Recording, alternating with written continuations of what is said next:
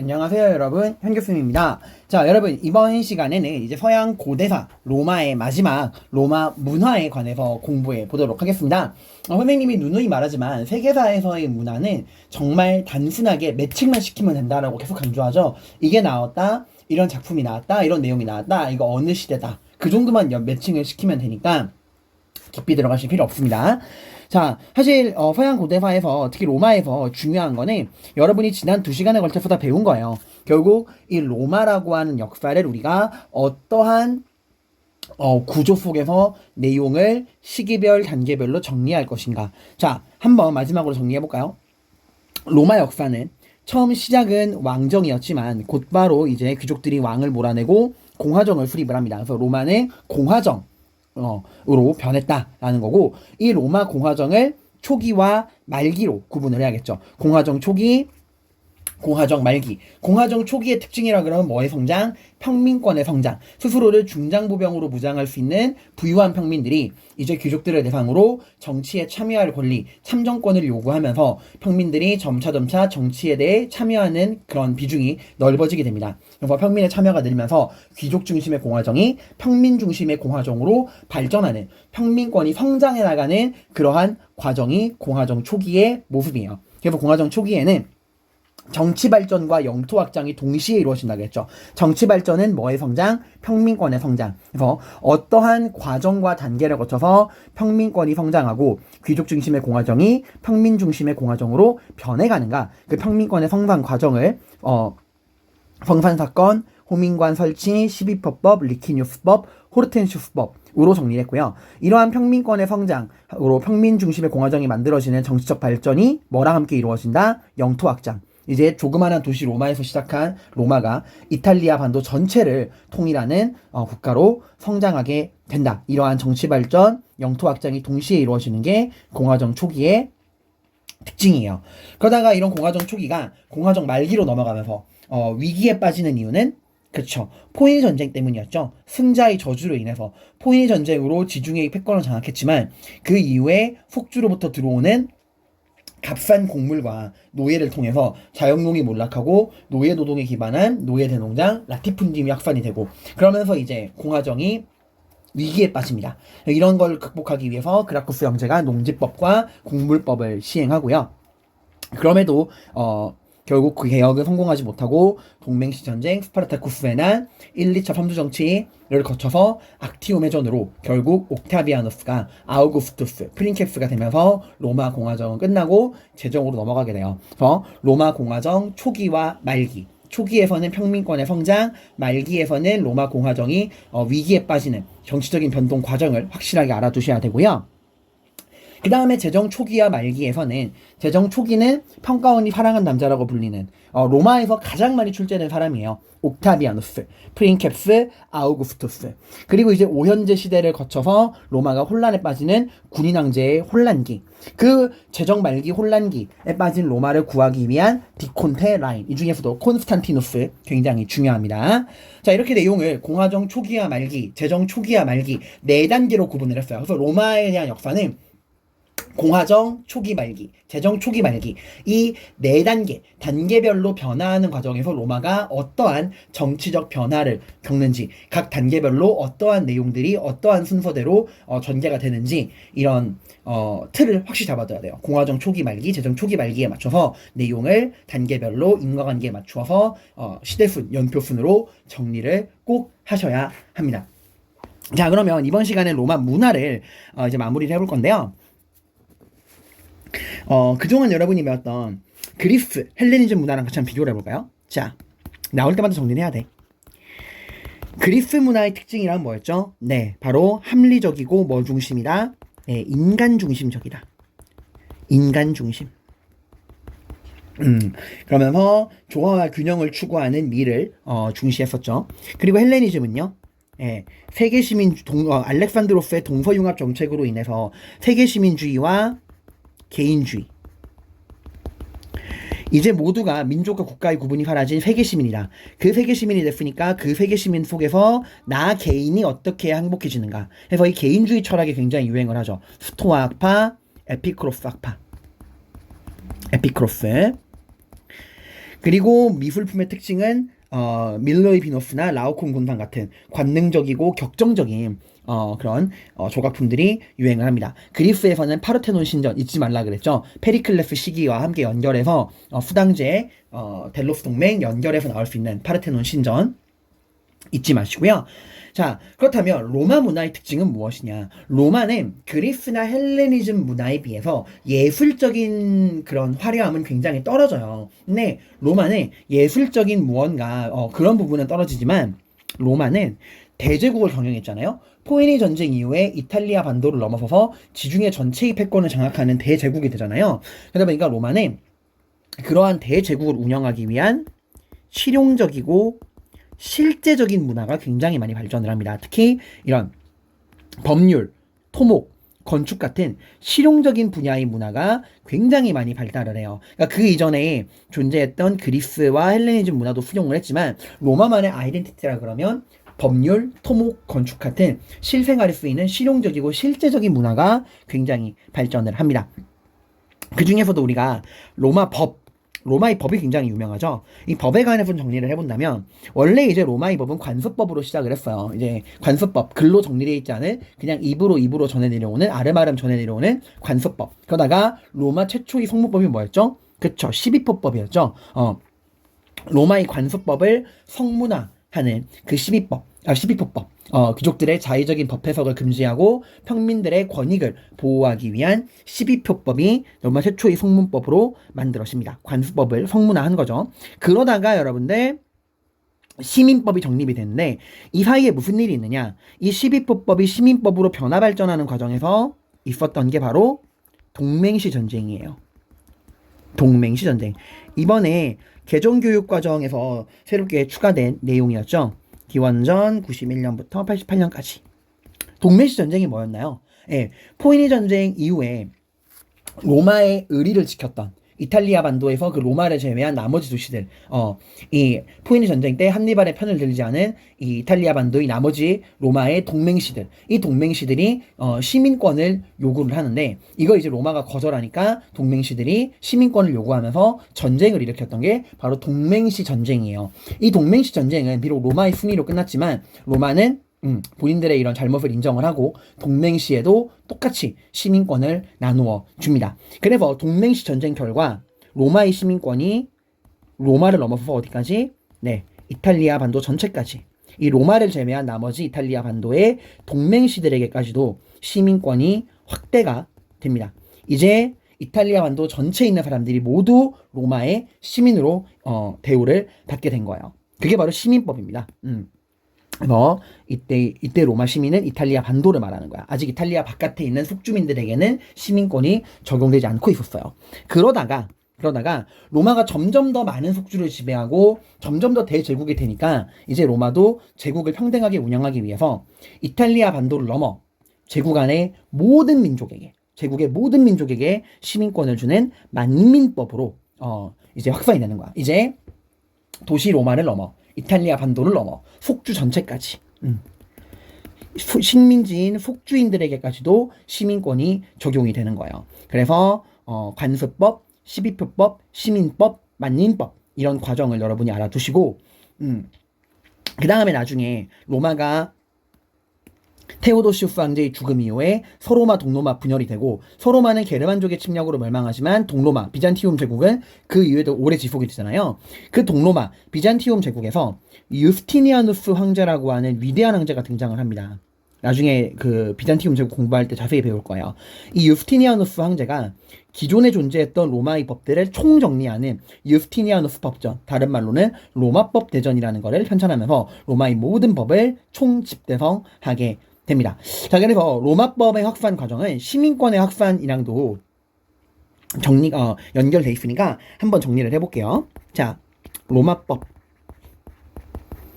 이건 이제 뭐랑 연결돼 있다? 시민권의 확대 과정이랑 연결이 되어 있다. 그래서 맨 처음에는 관습법, 사람들끼리 입에서 입으로 전해 내려오다가 공화정 초기 평민권이 성장하는 과정에서 귀족 중심의 공화정이 평민 중심의 공화정으로 발전해 나가는 과정에서 이제 평민들의 권익을 보호하고 귀족들의 자의적인 법 해석을 금지하기 위해 이후에 호민관이 설치된 이후에 최초의 성문법인 12표법이 제정이 됩니다.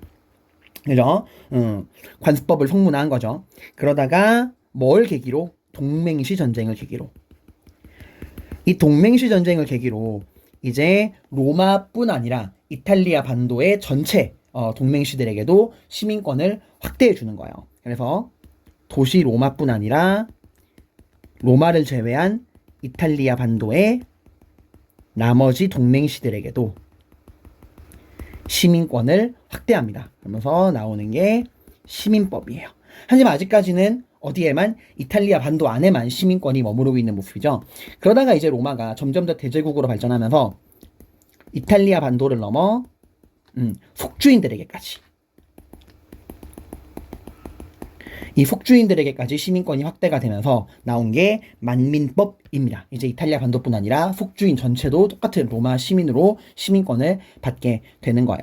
그리고 이 모든 걸 총집대성하는 게 나중에 나오는 비잔티움 제국의 유스티니아누스 황제가 만든 유스티니아누스 법전, 다른 말로는 로마법 대전인 거예요. 한번 또 정리를 해두시고, 그 다음에 뭐 토목과 건축은 이제 뭐 아피아가도 같은 경우는 로마에서 카푸아까지의 도로를 연결한 거예요. 여기에서 이제 나중에 그 스파르타쿠스 반란 이후에 그 노예 검토사들을 여기 도로 옆에다가 매달아 두었다라고 했죠. 근데 여러분, 이때 로마가 건설한 도로는 지금도 쓰이는 도로가 있어요. 그러니까 정말 그 로마인들의 토목 건축 기술, 도로 건설하는 기술은 지금 봐도 정말 대단한 기술입니다. 근데 이런 도로들 또 있고요. 원형 경기장, 콜로세움. 지금도 이제 로마의 랜드마크처럼 있죠. 그 외에도 뭐 각종 이런 건축물들이 있다 정도 보시고요. 철학은 상류층에게는 헬레니즘에서 나왔던 그 세계시민주의와 개인주의, 그 속에서도 이 개인주의 철학 중에서도 어떻게 해야 나 개인이 행복할 수 있는가, 거기에 관해서 두 가지 답이 나왔죠. 스토아 학파는 이성 금욕, 에피쿠로스 학파는 정신적 쾌락. 그 중에서도 금욕과 이성을 강조하는 금욕주의 스토아 철학이 유행을 했다 정도. 그러니까 로마 지배층들에게는 스토아 학파가 유행을 했다 정도 여러분들이 알아두시면 됩니다. 그 역사 같은 경우는 뭐 리비우스의 로마사 이런 것들 있다 정도만 알아두시면 돼요. 공화정 초기에서 공화정 말기까지의 이야기를 다룬 리비우스의 로마사, 그리고 타케투스의 게르마니아, 이건 이제 게르만족의 역사를 서술한 건데 타케투스가 속주 출신이에요. 이건 뭐 이런 게 있다 정도 알아두시면 되고, 중요한 건 이 사람이죠. 카이사르. 1차 3두 정치를 이끌었던 사람, 그리고 어쩌면 황제가 될 수도 있었던 사람이었는데 너무 이제 지나치게 대놓고 공화정의 그런 존재를 위협하는 모습을 보여서 공화정을 지키려는 사람들에게 암살당하게 되고, 이 카이사르가 죽은 이후에 누가 카이사르의 후계자가 될 것이냐를 놓고서 옥타비아누스와 안토니우스가 2차 3주 정치에서 격돌하게 됩니다. 여기서 누가 이겨요? 카이사르의 양자였던 옥타비아누스가 승리하면서 프린캡스, 아우구스투스가 되면서 이제 사실상 황제로 즉위하죠. 이 카이사르가 오늘날의 프랑스 갈리아 지방으로 원정을 떠나서 거기에서 이제 역사책을 씁니다. 그 갈리아 지방의 풍습, 이민족들에 대한 내용들을 정리한 갈리아 전기라는 책을 쓰는데, 이 책은 알아두시기를 바래요. 플루타르코스의 영웅전 같은 것들이 있다라는 거고요. 이런 역사책은 여러분들이 뭐랑 비교를 하셔야 되냐? 그리스의 역사책이 있었죠. 네, 두 개가 있습니다. 역사의 아버지라 불리는 헤로도토스가 역사라는 책을 썼고, 또 투키디데스가 또 역사라고 하는 책을 썼었죠. 헤로도토스의 역사는 뭘 다룬 거죠? 네, 바로 페르시아 전쟁사. 아케메네스 왕조 페르시아와 아테네, 스파르타 등 그리스 세계의 격돌을 다룬 페르시아 전쟁사를 썼고요. 투키디데스의 역사는 펠로폰네소스 전쟁. 아테네를 중심으로 한 델로스 동맹과 스파르타를 중심으로 한 펠로폰네소스 동맹이 격돌하는 그 펠로폰네소스 전쟁에 대해서 서술을 한 거였죠. 자, 그 다음에 과학에서는 앞서 여러분이 배웠던 헬레니즘 시기랑 비교를 해야 돼요. 헬레니즘 때는 아리스타르코스라는 사람이 오늘날과 똑같은 지동설을 이야기합니다. 태양이 우주의 중심이고 지구는 그 태양 주변을 돌고 있다. 지구가 돈다. 태양이 중심이다라고 하는 지동설을 이야기했는데, 이게 정작 로마에 와서는 퇴보예요. 프톨레마이오스라는 사람이 이 사람이 알아두세요. 프톨레마이오스. 무슨 소리냐? 지구가 우주의 중심이고 모든 이 우주는 지구를 중심으로 돈다. 우주가 도는 것이다. 라는 천동설을 이야기합니다. 그래서 헬레니즘 시기 아리스타르코스의 지동설, 태양 중심설이 로마에 와서는 프톨레마이오스의 지구 중심 천동설로 오히려 퇴보하게 되고, 이 프톨레마이오스의 지구 중심설이 중세 유럽 세계까지 그대로 이어지다가 나중에 코페르니쿠스나 갈릴레이, 케플러 이런 사람들에 의해서 다시 지동설로 돌아가게 됩니다. 나중에 한참 이후에 돌아가게 되죠. 그래서 이 프톨레마이오스의 이 지구중심설을 깼던 대표적인 사람이 코페르니쿠스인데, 그래서 우리가 지금도 완전한 새로운 사고를 코페르니쿠스적 사고의 전환이다 라고 이야기를 하잖아요. 아무튼 이 부분은 서양 근세사 과학혁명 부분 공부할 때 다시 한번 설명을 드리겠습니다. 자, 이렇게 해서 로마 문화, 여러분들이 법과 역사 이런 것들을 중심으로 실용적인 문화를 살펴봤고요. 그 다음 크리스트교입니다. 이 크리스트교 같은 경우는 앞에서 다 배웠는데 앞으로도 중세사 공부할 때도 굉장히 크리스트교는 중요하게 나오니까 한번 정리를 해보도록 할게요. 크리스트교 같은 경우는 성립은 바로 예수, 지저스 크라이스트, 하나님의 아들이라 불리는 예수가 등장을 하면서 나오는데, 여러분이 기독교를 유대교랑 헷갈리시면 안 됩니다. 기독교는 헤브라이족의 유대교랑은 완전 다른 종교예요. 비록 유대교의 영향을 받은 측면은 있지만 유대교의 내용과 굉장히 반대되는 게 많아. 특히 유대교에는 선민사상과 율법주의가 굉장히 심합니다. 유대교는 오직 우리들만이 하나님에게 선택을 받았고 우리 유대인들만이, 헤브라이족만이 구원을 받을 것이다 라는 선민사상이 굉장히 강해요. 근데 이제 예수님은 뭐라고 말합니까? 무슨 소리냐? 내 아버지 하나님 아버지를 믿으면 누구나 인종이나 뭐 신분 성별 관계없이 누구나 구원받을 수 있다 라고 해서 이 유대교의 선민사상을 배격을 하고요. 또 유대교는 율법이 굉장히 강합니다. 얘들은 지금도 주일, 일요일, 안식일에는 해선 안 되는 행동도 엄청 정해져 있고, 그런 율법을 어기면 천국에 못 간다라고 말을 하는데, 예수님께서는 누구든지 하나님 앞에 회개하고 나를 믿으면, 아버지를 믿으면 누구나 구원받을 수 있다 해서 이런 율법주의도 배격을 해요. 그러면서 보편적인 사랑과 평등을 이야기합니다. 그래서 이 예수의 기독교가 엄청나게 퍼졌는데, 결국 이 예수가 누구에게 죽었죠? 기존의 이런 예수의 등장으로 인해서 기득권을 위협받던 이 유대교의 장로들이 결국 대중들을 선동해서 예수를 십자가에 못 박아 죽이지만, 오히려 예수님이 돌아가신 이후에 예수님의 제자들에 의해서 이 기독교는 더 널리 퍼지게 됩니다. 원래 기독교는 로마에겐 되게 많은 탄압을 받았어요. 왜냐하면 로마 자체가 다신교고, 당시에 또 제정 말기 디오클레티아누스가 동방식 전제군주제를 도입을 하면서 황제 숭배를 하라고 이제 내세우거든요. 황제를 신으로 숭배해라, 전제군주제를 해야 되니까. 근데 다른 로마의 수많은 종교들은 어차피 다신교니까 그들이 섬기는 신 컬렉션에 하나 추가되는 거니까 상관없어, 오케이 콜 이러는데, 유일하게 기독교만 저희는 오직 하나님 한 분만을 섬깁니다. 저희는 유일신입니다. 우상을 숭배할 수 없습니다. 이래서 크리스트교가 황제 숭배를 거부했기 때문에 엄청나게 로마 제국으로 박해를 받아요. 하지만 박해를 받지만 오히려 기독교가 더욱더 많은 사람들에게 퍼져가니까 나중엔 콘스탄티누스 황제 때 가서는 이 로마의 지배층들이 생각을 바꾸죠. 기독교를 찍어 누를 게 아니라 이 기독교를 우리 정치에 더욱더 활용해야겠다라고 생각을 합니다. 그래서 밀라노 칙령으로 인해서 크리스트교를 공인해요. 그래서 공인이라는 말은 다른 종교랑 동일한 선상에 위치시켜주는 거야. 그래서 밀라노 칙령에서는 기독교 이외의 다른 종교를 마음껏 믿어도 좋다. 그러니까 기독교도 다른 종교처럼 믿어도 좋다. 기독교를 믿건 다른 종교를 믿건 너희들 자유다 해서 어떤 종교를 믿건 너희들 자유다 라고 하는 그런 뉘앙스로 적혀 있어요. 그러니까 기독교만 믿어라 이게 아닙니다. 기독교를 믿건 다른 종교를 믿건 이제 너희들 자유야. 기독교도 다른 종교처럼 똑같이 너희들이 믿을 수 있어 라고 기독교를 공인한 거예요. 아무튼 기독교가 이제 정식 종교로서 양지에 올라온 다음에 교리 갈등이 벌어진다 그랬죠. 뭐랑 뭐? 네, 저번에 설명드렸죠. 뭐랑 뭐? 아타나시우스파와 아리우스파의 갈등. 아타나시우스파는 성부, 성자, 성령, 삼위일체, 예수님은 신이자 인간이다라고 이야기를 한 거고, 아리우스파는 삼위일체를 인정하지 않고 예수의 신성성을 부정합니다. 그래서 이런 교리 갈등 속에서 열린 게 바로 니케아 공의예요.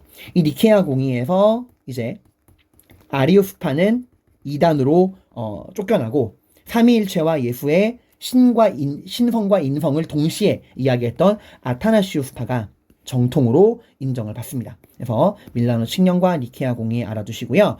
그 이후에 테오도시우스 황제 때 가서는 네, 기독교가 아예 국교화됩니다. 연도가 잘못 적혔네요. 392년입니다. 395년은 테오도시우스 황제가 죽고 로마가 분열된 연도고요. 기독교가 국교화된 건 392년이에요. 여러분, 콘스탄티누스의 황제의 밀라노 칙령과 테오도시우스 황제의 크리스트교 국교는 완전 사료 내용이 다릅니다. 밀라노 칙령은 마음껏 믿어라, 뭘 믿건 너의 자유야 라는 것이면 테오도시우스 황제의 기독교 국교화 선언은 이제부터는 기독교가 국교다. 그 말은 기독교 이외의 다른 종교는 믿을 수 없다 라고 이야기를 하는 거예요. 구분을 하시기를 바랍니다. 자, 이렇게 해서 선생님과 긴 시간 로마까지 해서 서양 고대사, 그리스, 헬레니즘, 로마 모든 내용이 끝났고요. 이 뒤에 나와 있는 이런 탐구 자료들도 여러분들이 반드시 읽어 보시고요. 그 다음에 여기 선생님이 그동안의 수능 모의고사에 나왔던 기출선지들 다 정리했으니까 기출선지 꼭 풀어보시고 그런 다음에 6월, 9월 그 외에 중요한 수능 모의고사 기출 문제들을 선생님이 이렇게 다 모아놨으니까 풀어보시면서 어떤 내용이 중요한지 그 내용들이 어떤 식으로 문제에 나오는지 어떤 선지가 주로 반복이 되는지 여러분들이 꼭 알아두셔야 합니다. 네, 고생 많으셨습니다.